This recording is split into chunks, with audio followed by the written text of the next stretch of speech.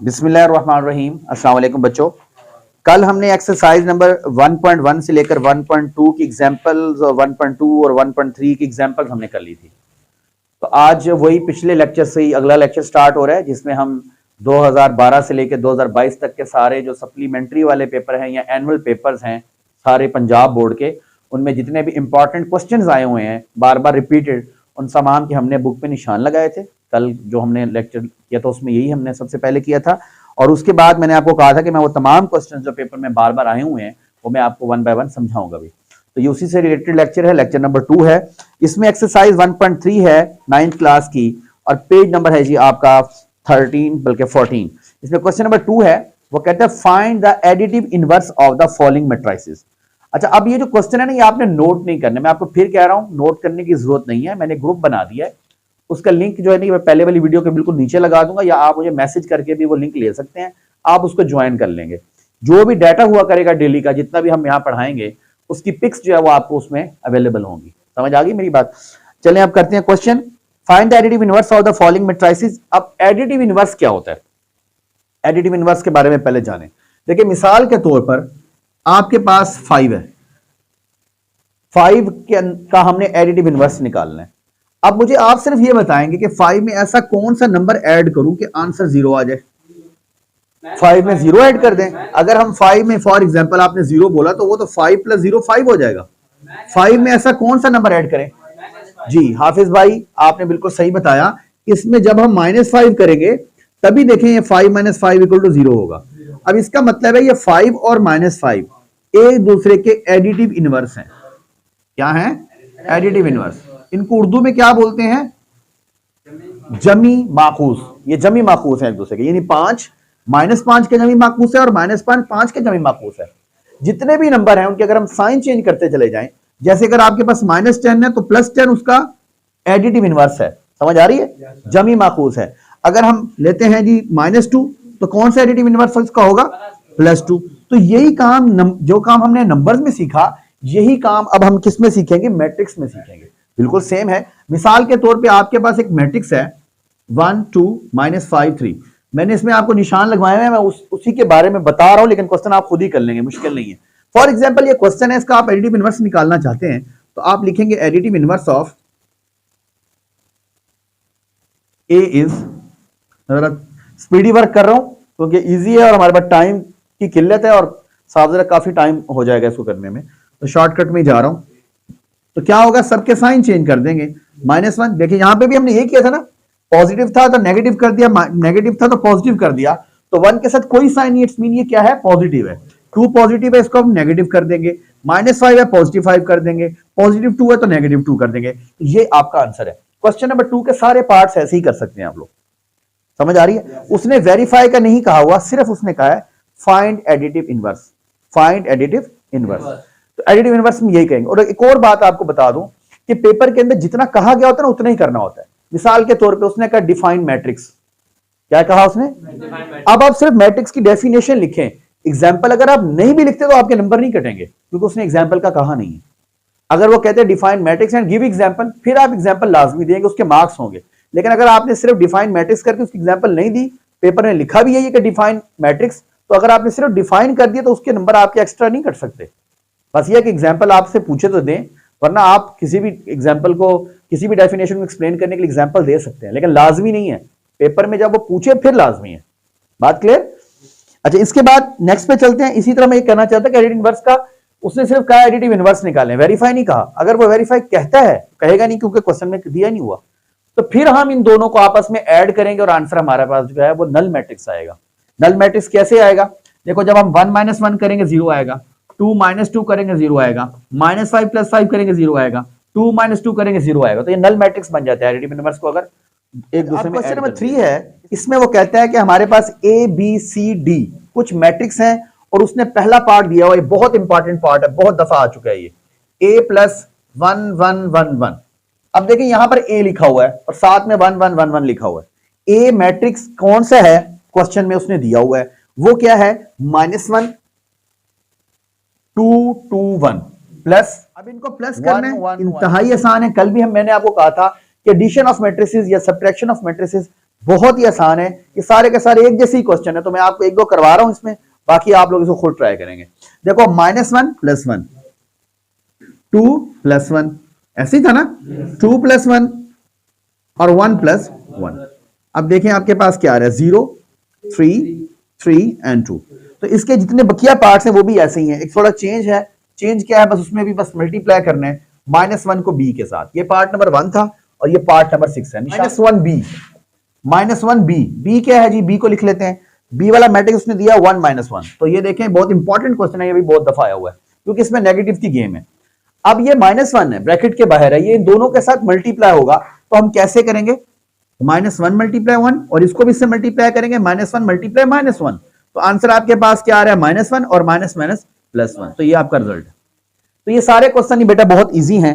इसके बाद हम क्वेश्चन नंबर 4 को देख लेते हैं। 4 भी ऐसा ही है। क्वेश्चन 5 के मैंने आपको 2 पार्ट्स निशान लगा के दिए हैं, सिंपल प्लस ही करना है बेटा, उसमें भी कोई भी उसमें प्रॉब्लम नहीं है। तो क्वेश्चन 6 है, उसमें मैं क्वेश्चन 6 करवाता हूं, उससे आपको बकिया क्वेश्चन जो पीछे मैंने छोड़े हैं वो भी क्लियर। पेज नंबर 15 पे क्वेश्चन नंबर 6 है, if a is equal to 1 - 2, 3, 4 and b is equal to 0, 7 - 3, 8। ये हमारे पास क्वेश्चन है। अगर ये क्वेश्चन है तो वो कहता है फाइंड 3a - 2b। ये एक क्वेश्चन करवा रहा हूं, इससे आप लोगों को जो पिछले क्वेश्चन मैंने आपको एडिशन वाले छुड़वाए नहीं है, बताए हैं कि ये करने वाले हैं, वो आप करेंगे। वो उसमें भी यही काम है, कोई मुश्किल नहीं है, बहुत इजी है, क्योंकि रिवीजन में थोड़ा स्पीडी वर्क करता हूं मैं। जहां आपको प्रॉब्लम हो आपने पूछना है बेटा। अब यहां 3a - 2b लिखा हुआ है, तो क्या कह रहा है, वो पहले 3 लिखें, उसके बाद a को राइट कर लें। यहां पे 1 - 2, 3, 4, फिर -2 b को राइट कर ले, वो क्या 0, 7 -3 एंड 8। कोई प्रॉब्लम यहां तक। अब ब्रैकेट के बाहर कुछ नंबर्स हैं, इस ब्रैकेट के बाद 3 है, इस ब्रैकेट के बाद 2 है, इसको अंदर मल्टीप्लाई कर देंगे तो क्या होगा, 3 × 1, 3 × -2, 3 × 3, 3 × 4, 2 × 0, 2 × 7, 2 × -3, 2 × 8। क्लियर है यहां तक। अब देखें क्या होगा, 3 × 1 = 3, 3 × 2 = 6, 3 × 3 = 9, 3 × 4 = 12, 2 0 0, 2 7 = 14, 2 3 = -6, 2 8 = 16। क्लियर है यहां तक। अब ये दोनों देखो माइनस हो रहे हैं, इनको माइनस करेंगे, 3 - 0, -6 - 14, 9 माइनस प्लस हो जाएगा, तो 9 + 6 और 12 - 16। अब इसको रिजॉल्व कर लेंगे, 3 - 0 क्या आ गया, 3, -6 और -14 -20, 9 + 6 कितना हो गया, 5, 12 - 16 कितना हो गया, 4। तो ये आपका आंसर निकला है। बहुत ही आसान क्वेश्चन है, इसमें कुछ भी ऐसा नहीं है जो परेशान करने वाला हो। कुछ बच्चों को ये छोटी छोटी एडिशन सब्ट्रैक्शन भी नहीं आ रही होती। मेरे पास बहुत सारे ऐसे बच्चे भी आते हैं कि वो 9th क्लास में पहुंच चुके हैं, लेकिन उनको ये भी पता नहीं लग रहा होता कि ये सेम साइन है तो ऐड करना है, मल्टी, वो क्या करते हैं माइनस माइनस प्लस करके 20 लगाते हैं, लेकिन साइन वही प्लस के ही लगा देते हैं। तो ये चीजें मैं आपको अलग से भी बता चुका हूं, समझा चुका हूं, इनका ख्याल करना। अगर फिर भी आपको प्रॉब्लम हो तो आप कैलकुलेटर का यूज भी कर सकते हैं छोटे छोटे क्वेश्चन में भी, ताकि आपकी गलती ना हो जाए बेटा, पेपर में तो कम से कम ना हो। वैसे आप ये चीजें सीखें, ये चीजें आपको आनी चाहिए। अब हम करने लगे हैं क्वेश्चन नंबर 7। एक्सरसाइज हमारी कौन सी चल रही है, 1.3। क्वेश्चन नंबर 7 में वो कहता है if 2 4 -3a + 3 1b 8 - 4 is equal to 7 10 18 1, then find a and। इस क्वेश्चन में बहुत ही आसान क्वेश्चन है, तवज्जो से देखिएगा क्वेश्चन को, क्वेश्चन की स्टेटमेंट जब समझ आ जाए तो फिर सॉल्यूशन भी आसान हो जाता है। वो कहता है कि भाई ये आपके पास कुछ भी दिया हुआ है, ये सारा कुछ इक्वल है इसके, और वो कहता है फिर क्या करो, फाइंड करो ए और बी को। ए और बी कहां लिखा हुआ है, ये देखो, ये आपको ए नजर आ रहा है और ये बी है। वो कहता है भाई इस ए और बी की वैल्यू बताएं कि अगर हम इस सारे को सिंप्लीफाई करें तो ये इसके इक्वल आ जाए। इस ए और बी की जगह पर मैं ऐसा क्या लिखूं कि सिंप्लीफिकेशन के बाद ये इसके इक्वल आ जाए। इस चीज को हमने सॉल्व करना है। अब कैसे होगा देखिएगा। सबसे पहले देखेंगे क्वेश्चन में हो क्या रहा है। एक ब्रैकेट है, उसके बाहर 2 है, 2 इससे मल्टीप्लाई हो जाएगा। एक और ब्रैकेट है, उसके बाहर 3 है, वो 3 इससे मल्टीप्लाई हो जाएगा। फिर देखेंगे कि हमने क्या करना है। देखिएगा 2 को अंदर मल्टीप्लाई करूंगा, 2 × 2 2 मल्टीप्लाई 4, समझ आइए, फिर 2 multiply -3, 2 multiply by a, clear है यहां तक, plus 3 multiply by 1, 3 multiply b, 3 multiply 8, 3 multiply -4, 7, 10, 18, 1, clear यहां तक। इसके बाद क्या आएगा, 2 2 4, 2 4 8, 3 2 6 and 2a, 3 1 3, 3b, 3 8 24 and 3 4 -12 is equal to 7, 10, 18 and 1। इसके बाद ये प्लस हो रहे हैं, इन दोनों को हम ऐड कर लेते हैं, 4 + 3, जी आप बताएं क्या करेंगे अब, शाबाश, नेक्स्ट स्टूडेंट क्या होगा, एक एक बच्चा बोलता जाए, ऐसे तरतीब के साथ लाउडली बोलना है, ठीक है। अब देखें 2a किसके साथ होगा, 2a -12, very good, is equal to 7, 10, 18, 1। अब हम क्या करेंगे, इनको सॉल्व करेंगे, 4 + 3 क्या हो जाएगा, 8 + 3b क्या हो जाएगा, 11b, 11b हो जाएगा, गलत, 11b कभी भी नहीं हो सकता, ये दोनों आपस में ऐड नहीं हो सकते बेटा। देखिए 8, एक आपके पास 8 है और एक आपके पास 3b है, ये दोनों आपस में कभी भी ऐड नहीं हो सकते। एडिशन के लिए दोनों के साथ b होना लाजमी है, या तो दोनों के साथ b होगा या दोनों ही नंबर होंगे तभी ऐड होगा। ये 8 + 3b डिफरेंट आपके पास, देखें लाइक अलाइक टर्म्स हमने पढ़ी थी, लाइक टर्म्स होती है जिनके आपके पास सेम वेरिएबल्स होते हैं, कोफिशिएंट्स सेम, वेरिएबल सेम होने चाहिए। यहां b है तो यहां पर भी b होना चाहिए, वो नहीं है तो ये आपस में ऐड नहीं होंगे, इसे आप एज इट इज लिखेंगे, समझ आइए। इसी तरह इसको सॉल्व करेंगे, -6 + 24 करेंगे तो 18, ये भी प्लस माइनस नहीं होगा, ये भी ऐसे ही आएगा। अब हमने कल एक क्वेश्चन किया था, उसमें हमने a b c d की वैल्यू फाइंड की थी, इसमें वही वाली टेक्निक यूज करेंगे, सिर्फ इससे b निकलेगा और इससे a निकलेगा, क्योंकि इसमें b है, इसमें क्या है a।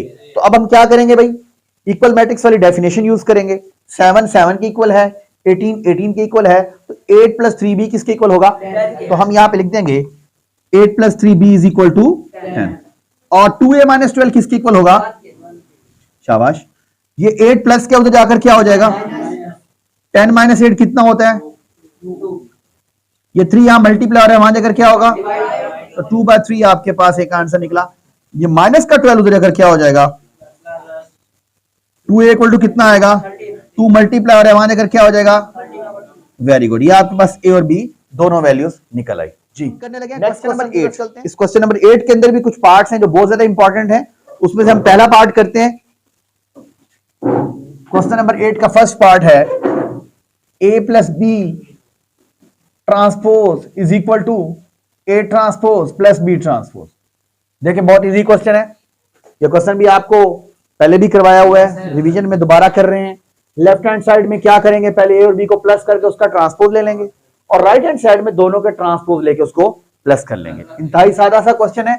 लेफ्ट हैंड साइड ले लेते हैं पहले हम, लेफ्ट हैंड साइड में क्या है, a + b पावर t, यही ना, ये हमने फाइंड आउट करना है। तो पहले हम a + b फाइंड करेंगे, बाद में उसका ट्रांसपोज निकालेंगे। हम a और b को यहां राइट कर लेते हैं। a की वैल्यू हमारे पास 1 2 0 1 है और b की वैल्यू हमारे पास 1 1 2 0 है, ऐसे ही। बस अब देखिए हमारे पास क्या आ रहा है, 1 + 1, उसके बाद 2 + 1, फिर क्या आएगा, फिर क्या आएगा, इसको ऐड करने के बाद हमारे पास क्या आ रहा है, 2 3 2 1। तो ये हमारे पास क्या आया, a + b। अब इसका हमने ट्रांसपोज लेना है। ट्रांसपोज में क्या होता है भाई, रोज को कॉलम में चेंज कर देते हैं। 2 को क्या कर, 2 3 को ऐसे लिख देंगे और इस 2 1 को हम ऐसे लिख देंगे। तो ये हमारे पास लेफ्ट हैंड साइड का आंसर निकला। इसी तरह अब हम राइट हैंड साइड कर रहे हैं। राइट हैंड साइड में क्या है, a ट्रांसपोज और b ट्रांसपोज अलग अलग है, a ट्रांसपोज + b ट्रांसपोज, यही है ना। अब a ट्रांसपोज और b ट्रांसपोज अलग अलग निकालने हैं, फिर उनको प्लस करना है। तो सबसे पहले हम a लिख लेंगे यहीं पे साथ ही, और उसके सामने ही उसका a का ट्रांसपोज निकाल लेते हैं, ठीक है। और तरीके से भी किया जा सकता है, लेकिन ये जरा आसान हो जाएगा, इसमें गलती के चांस कम है। पहले b लिख लें, फिर उसके सामने ही b का ट्रांसपोज भी निकाल लें। a हमारे पास क्या था, 1 2 0 1, b हमारे पास क्या था, 1 1 2 0, यही है। अब इसका हम ट्रांसपोज निकाल लेते हैं। ट्रांसपोज में क्या आएगा, ये 1, ये जो आपके पास 1 2 ऐसे लिखा है, इसको हम यू लिख देंगे और 0 1 आ जाएगा, ऐसे ही ना बेटा। और ये आपके पास 1 1 2 0, एनी मसला। अब इन दोनों को ऐड करना है हमने, तो हम लिखेंगे A transpose plus B transpose. पहले A ट्रांसपोज को राइट कर लेते हैं 1021, उसके बाद प्लस कर लेते हैं B ट्रांसपोज को 1210, ऐड करके देखते हैं 1 + 1 0 + 2 2 + 1 और 1 + 0। तो आंसर आपके पास क्या आ रहा है 2 2 2 3 और 1। तो ये आपके पास क्या निकला A ट्रांसपोज प्लस, देखिए लेफ्ट और राइट सेम आ गए, तो हम लिख देंगे hence prove left hand side equal to,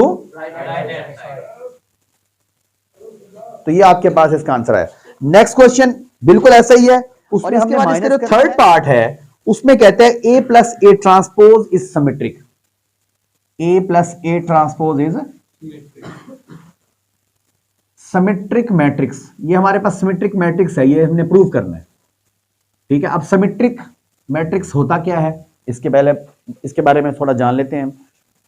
देखें, ऐसा कोई भी मैट्रिक्स जिसका ट्रांसपोज लें वो दोबारा अपने आप के इक्वल आ जाए, उसे हम सिमेट्रिक मैट्रिक्स कहते हैं।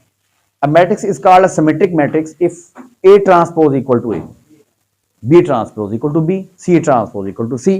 जो भी मैट्रिक्स पकड़े उसका ट्रांसपोज लें वो वैसा ही आ जाए, तो उसका मतलब है, इसका मतलब है कि वो सिमेट्रिक है। मसलन हम एक मैट्रिक्स लिख के देखते हैं A, अगर मैं इसकी एग्जांपल समझाना चाहूं तो ऐसा मैट्रिक्स जिसके सारे एलिमेंट सेम हो, वो बहुत आसान एग्जांपल है।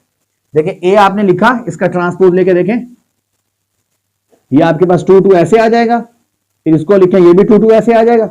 अब देखें सेम ही आया हुआ ना, ट्रांसपोज लेने से कुछ इसकी सेहत पे फर्क नहीं पड़ा, वो वैसे ही है। इसका मतलब ये सिमेट्रिक मैट्रिक्स की एग्जांपल है। इसी तरह अगर हम एक और मैट्रिक्स लेते हैं आसान, अगर हम ऐसा मैट्रिक्स ले लेते हैं जिसे हम डायगोनल मैट्रिक्स भी बोलते हैं या स्केलर मैट्रिक्स बोलते हैं, स्केलर मैट्रिक्स, इसका ट्रांसपोज लेके देखें तो इसको देखें, ये 2 0 ऐसे रो को कॉलम में बना रहा हूं, ये भी रो कॉलम बना दिया, तो इसका मतलब है ये भी क्या है, सिमेट्रिक मैट्रिक्स है। तो इस क्वेश्चन के दो हिस्से हैं, पहला हिस्सा ये है, दूसरा पार्ट इसका ये है। वो कहता है कि A और A ट्रांसपोज को प्लस करें, जो जवाब आए उसके बारे में बताएं कि वो सिमेट्रिक है। क्लियर है यहां तक? अब देखिएगा सॉल्यूशन में हम सबसे पहले A लिख लेते हैं। A हमारे पास क्या आ रहा है 1201।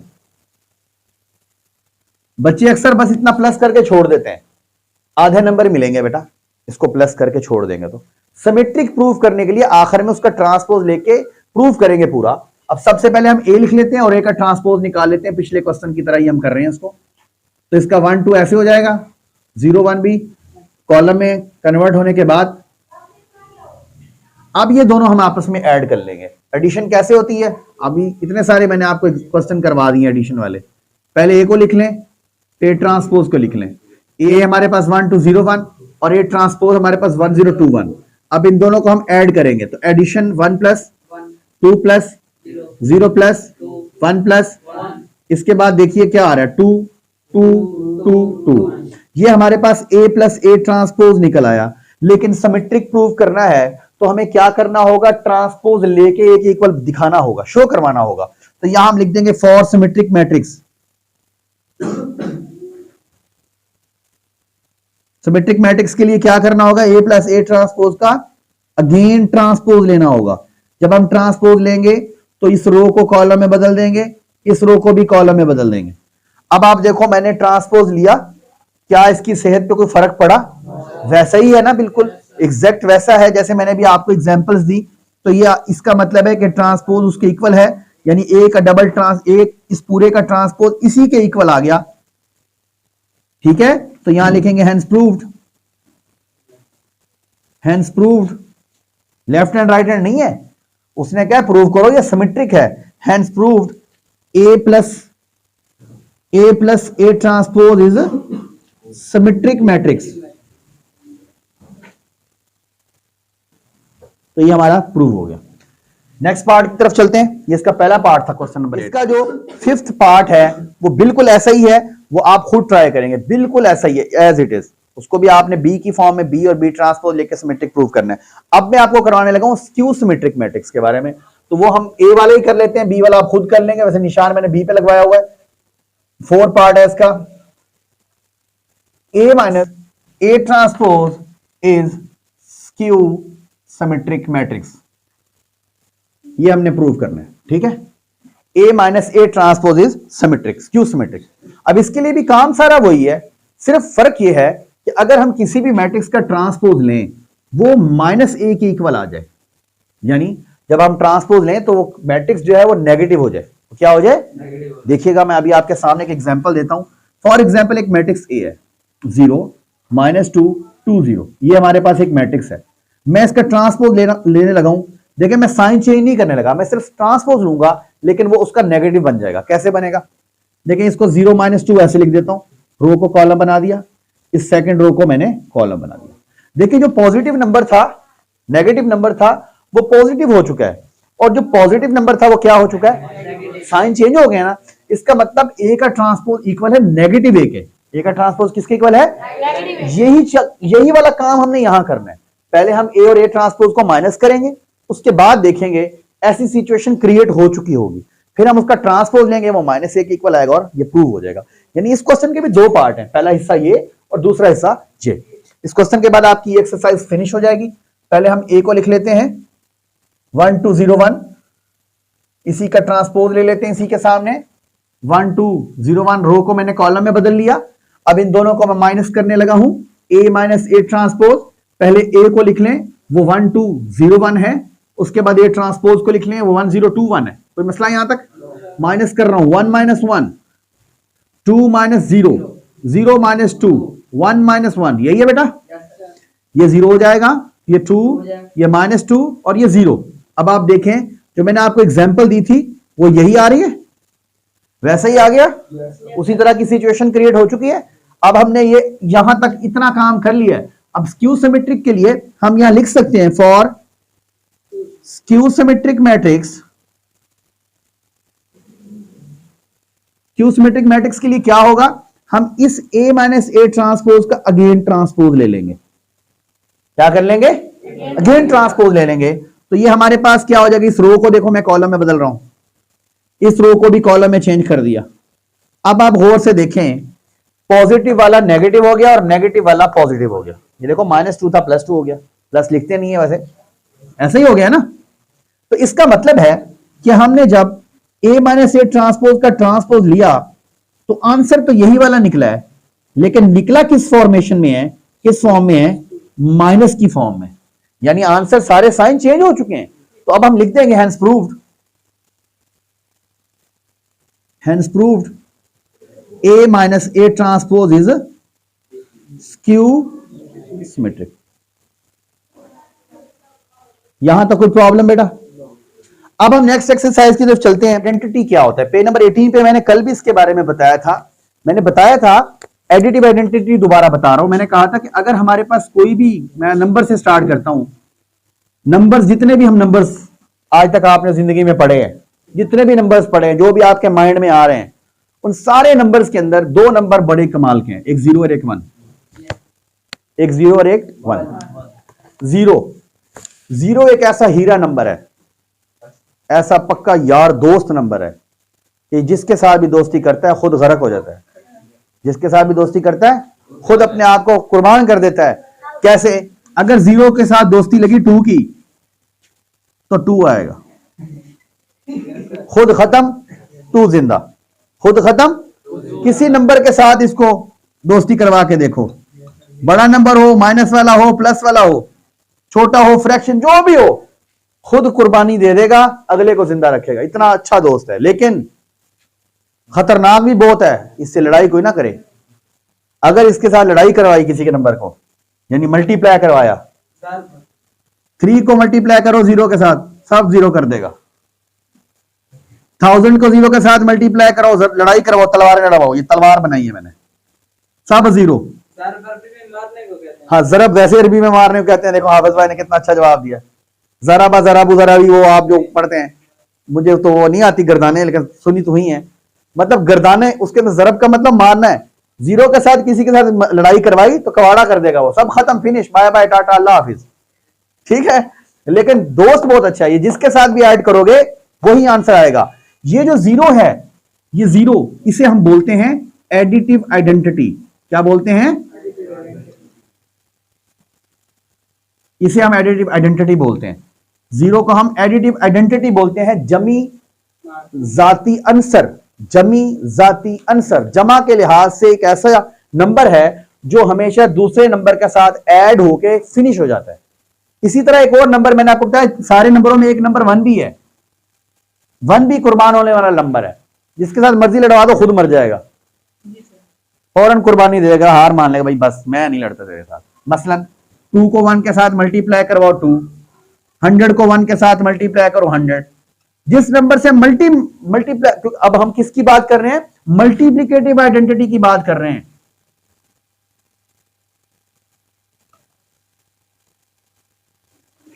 जब मल्टीप्लिकेटिव आइडेंटिटी की बात कर रहे हैं तो मल्टीप्लाई के लिहाज से देखेंगे कि 2 को 1 के साथ मल्टीप्लाई कर रहे हैं, 100 को। अब 1 एक ऐसा नंबर है जिसको जिसके साथ मर्जी मल्टीप्लाई कर दो कोई फर्क नहीं पड़ने वाला, वो नंबर खत्म, वो 1 खुद फिनिश हो जाएगा और वो नंबर बच जाएगा। तो ये तो थी आम नंबरों की बात। अब हम इसी को मैट्रिक्स में ले जाते हैं। मैट्रिक्स के अंदर जो एडिटिव आइडेंटिटी है, यानी एक ऐसा नंबर, ऐसा मैट्रिक्स जिसको जिसमें भी प्लस करें सेम आए, वो 0 0 0 0 है। कल मैंने इसके बारे में बताया था। और एडिटिव आइडेंटिटी को कैपिटल O से शो करते हैं। अभी मल्टीप्लिकेटिव आइडेंटिटी कौन सी होती है? जिसे हम यूनिट मैट्रिक्स या मल्टीप्लिकेटिव इनवर्स मल्टीप्लिकेटिव आइडेंटिटी बोलते हैं। यूनिट मैट्रिक्स भी बोलते हैं ना इसको, यूनिट मैट्रिक्स, आइडेंटिटी मैट्रिक्स। तो इसे हम I से शो करवाते हैं। ये एक ऐसा नंबर है, कल हम क्वेश्चन करेंगे जब इस एक्सरसाइज को, आज के लिए इतना ही है। कल जब हम इस एक्सरसाइज को करेंगे 1.4 को, तो उसमें मैं आपको दिखाऊंगा कि अगर किसी भी मैट्रिक्स को इस आइडेंटिटी के साथ मल्टीप्लाई किया जाए तो एज इट इज ही आंसर आता है, वही आंसर दोबारा आ जाएगा जो मैट्रिक्स होगा। जैसे ये देखें, 2 को 1 से किया 2 आया। जब हम किसी मैट्रिक्स को इस नंबर से मल्टीप्लाई करेंगे तो इधर वाला मैट्रिक्स ही आएगा।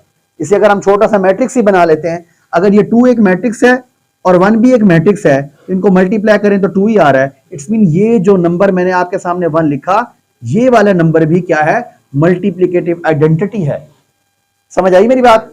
तो इंशाल्लाह जिस तरह हम पिछले लेक्चर्स में, प्रीवियस लेक्चर में हमने काफी सारी चीजें एक्सप्लेन की और बहुत सारी आपको स्पीडी मैंने आपको कवरिंग करवा रहा हूं सिलेबस की। पूरी बुक को हमने ऐसे करना है, तो ये आपकी क्लास यूं जमनी चाहिए।